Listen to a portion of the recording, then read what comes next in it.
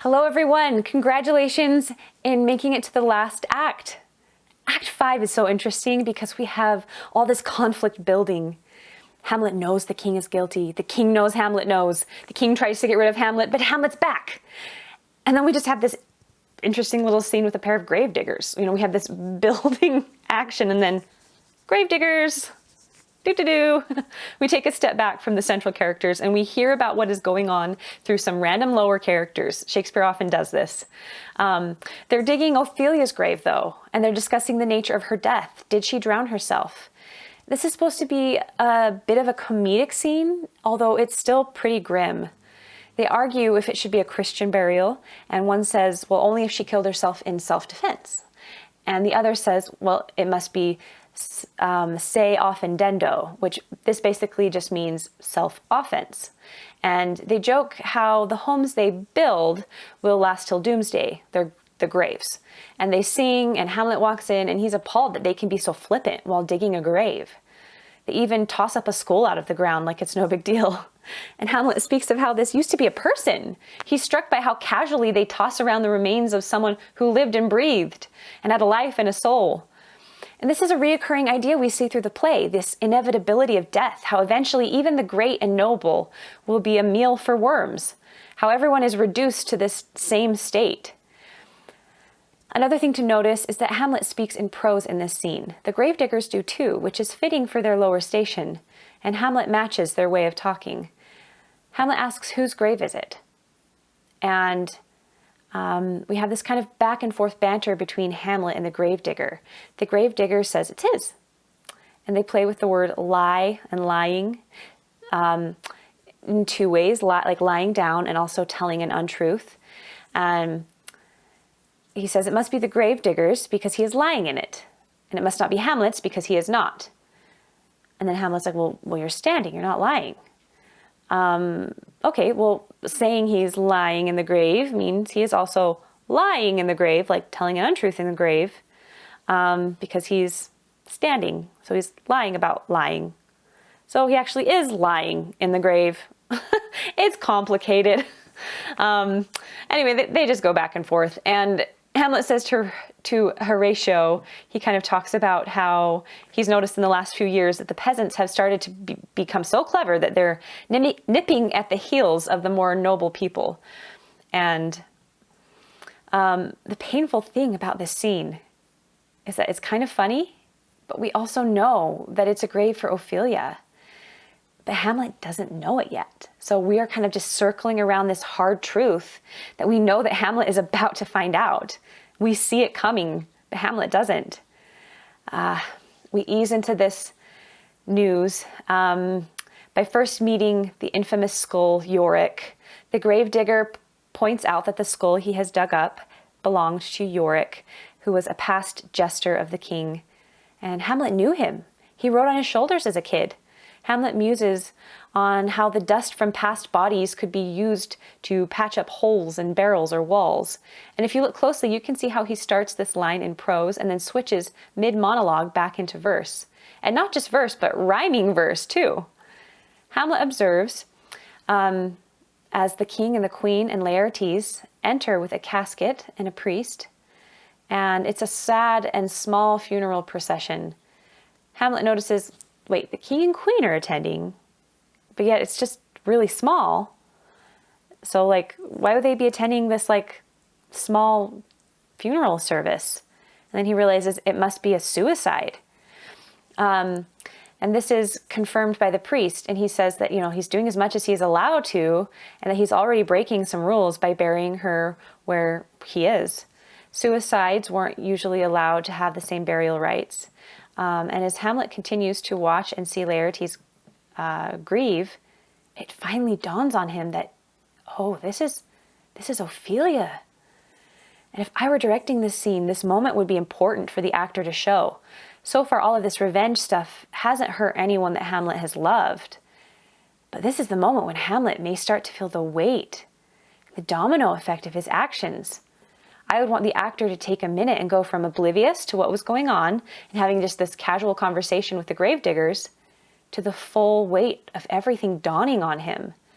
The woman he loved, that he felt forced into betraying, that he left alone and confused because of the necessity of his plan. The woman that he knew was also being used by her family and the king to their own plans and resented them all the more for it. The woman whose father he killed on accident and left to England without a word. And now this woman is dead by suicide. She may have been the last real and good thing in his life. And then he was forced to pretend to her and be false to her. And even though he hated doing it, surely this is just more fuel to his fire of rage against Claudius. Laertes jumps into the grave and holds his sister one last time. And he says, "Now pile your dust upon the quick and the dead," meaning just bury us both.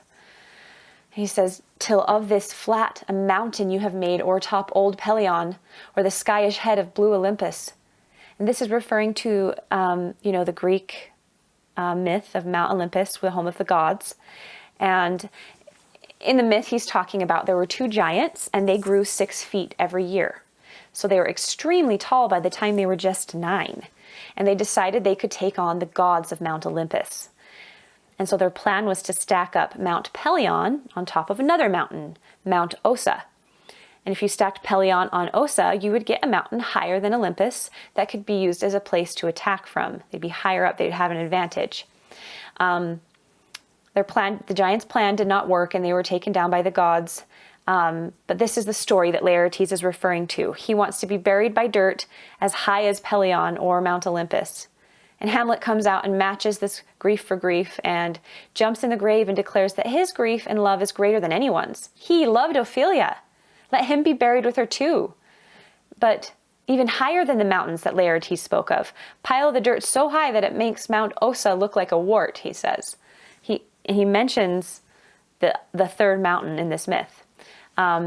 He mentions going as high as the burning zone. In this, he is referring to the common belief back then, in Shakespeare's time, of spheres, that there were these layers around the earth, in like these spherical layers, so like the land, the water, the air, and then the sphere of fire, and then the heavenly spheres with planets and stars. So the dirt burying them would pass even out of the sphere of air and into the sphere of fire, the burning sphere. Hamlet storms out and everyone calls him mad again, and Laertes is cautioned to just wait for the plan that they have set up. Don't go after him now. This scene is of such emotion and anguish, sets up the last scene of our play very well. Scene 2 starts after Hamlet has cooled down a bit, and he tells Horatio all about what's happened on the way to England. So he snuck the letters from Rosencrantz and Guildenstern, and he read that it was an order to the King of England to kill Hamlet. And so he wrote this new order saying that the king should kill Rosencrantz and Guildenstern, and he sealed it back up and replaced the letter like a changeling. So he took one, replaced it with an identical letter with much worse contents. For the bearers, at least. There's a line that supports this idea that Hamlet is motivated in his choices by the desire to gain the throne. He says about the king, "He hath killed my king and whored my mother, popped in between the election and my hopes, thrown out his angle for my proper life, and with such cousinage.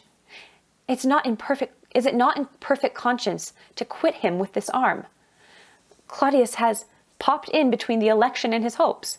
He snuck in and took the throne, which is what Hamlet was hoping for. And really, this has affected all of his actions throughout the whole play. It makes him more of a careful plotter and less of a moody, aimless man-child with a task too big for him, although there is some of that in there too. It's a mix. Hamlet also remarks that he feels bad about what happened to Laertes and for his whole situation. He was pushed to it by the bravado of Laertes' grief, but he really has nothing against him. He wants to make things right with Laertes. But, it's ironic that just then he's told of a duel, a competition with some betting. The king has set it up, Hamlet against Laertes. Hamlet agrees to it, but he admits he kind of has a bad feeling about it. And Horatio tells him, if your mind dislike anything, obey it. Meaning, if you've got a bad feeling about something, obey that feeling. Don't ignore it. Horatio's ever the the good friend, the source of reason. And Hamlet replies by saying there's a special providence in the fall of the sparrow. It seems as though there has been a shift in Hamlet since he has come back from England. He keeps making comlets. I'm mixing Hamlet and comments. But he keeps making comments like this. The comment about the sparrow is basically him saying he's leaving everything up to God and his timing. And if he's going to die, he'll die. If he's not, he's not. It's almost as if he's kind of crossed from trying to orchestrate and plot and to, just kind of throwing his hands up in the air and saying, I'll just be ready when the opportunities come.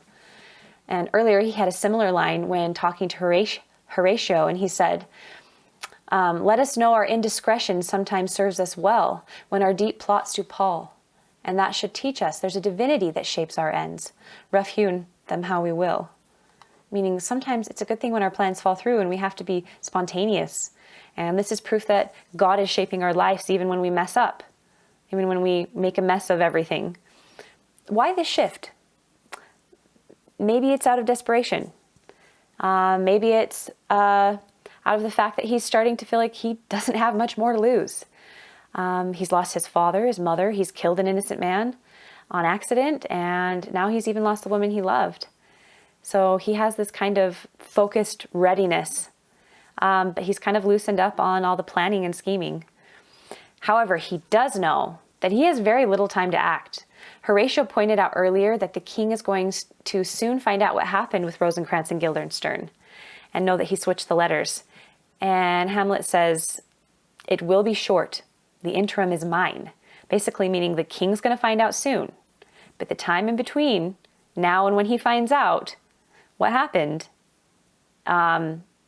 it's his time. That's his time. The interim is mine to act and finish out his plans. He knows the time is coming soon when he must pounce or lose. So they prepare for the fight, and Hamlet apologizes to Laertes for everything. He once again uses madness as a shield and blames everything on his madness. The duel breaks out and all chaos breaks loose, and it all happens so fast. It kind of feels abrupt after all of this sneaking and spying and plotting in this long play. And then in the last few minutes, Gertrude drinks the poison and dies. Laertes and Hamlet are both wounded by the poisonous sword, and Hamlet manages at long last to kill Claudius right before he falls over. He's brought so many down with him, and the king is at fault as well. But Hamlet, as he dies, is most worried that the truth of his story will stay hidden, that no one will know of the king's treachery, that no one will know that he was trying to avenge his dad and he was pretending to be mad all along, that he didn't mean to kill Polonius and that he actually loved Ophelia. Horatio immediately wants to join the dead. He says he cannot tell Hamlet's story because he is, quote, more an antique Roman than a Dane, meaning that he's leaning towards the older Roman view of suicide, that it was not sin. But Hamlet takes the poison from Horatio, and Horatio finally resolves to tell everyone the full story before more plotting and misunderstandings arise and cause even more death and sorrow. Fortinbras and an English ambassador enter the scene, and Hamlet recommends Fortinbras to take the throne. The Danish royal family has died out now with Hamlet and Claudius, and this is possibly a nod to a time in history when the ruler Canute and his son Hardencanute both died, and the royal line died too. But before they die, Hardencanute made Magnus of Norway his heir. While Hamlet is a fictional story, there are some similarities to some actual events, particularly with the rulers Canute and Hardencanute. And so we end the play with no main characters left, and the famous and beautiful line, "Now cracks a noble heart. Good night, sweet prince, and flights of angels sing thee to thy rest." Okay, I have some more to say about this. I'm going to wrap up this read along, these guide videos with some talk on all the different ways we could look at Hamlet and some commentary that's been said about him. And I'm going to do that in another video if you're watching on Instagram. So don't miss that. Make sure you hop over to the very last video. And I'm so proud of you for finishing this play with me. And I'll see you soon.